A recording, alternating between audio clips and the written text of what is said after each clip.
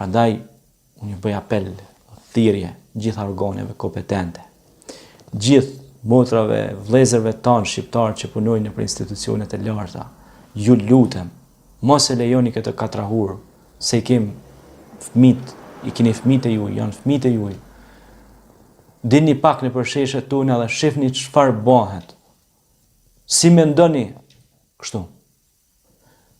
Të shtojmë më shumë pra publicitetin e librave, më shumë vend takimet ku bisedohet për shkencë, për zbulime, jo për gjërat të tilla shfrenuese dhe devijuese. Prandaj, rinia sot ka nevojë për përmirësim, ka nevojë për ndryshim, që e nesërma të na vjen më e mirë.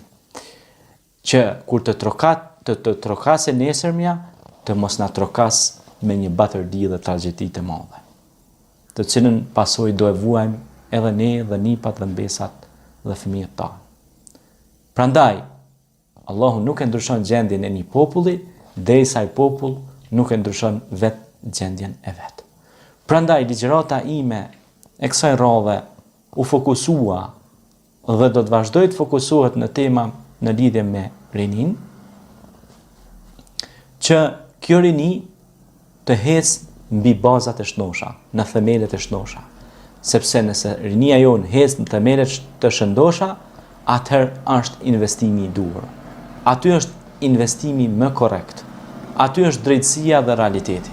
Prandaj, nëse ne pra si popull dhe si vend investojmë në rinin tonë për edukim, për arsimim, për shkencë dhe kështu me radhë, kemi bërë investimin më të duhur. Aty është investimi më i duhur.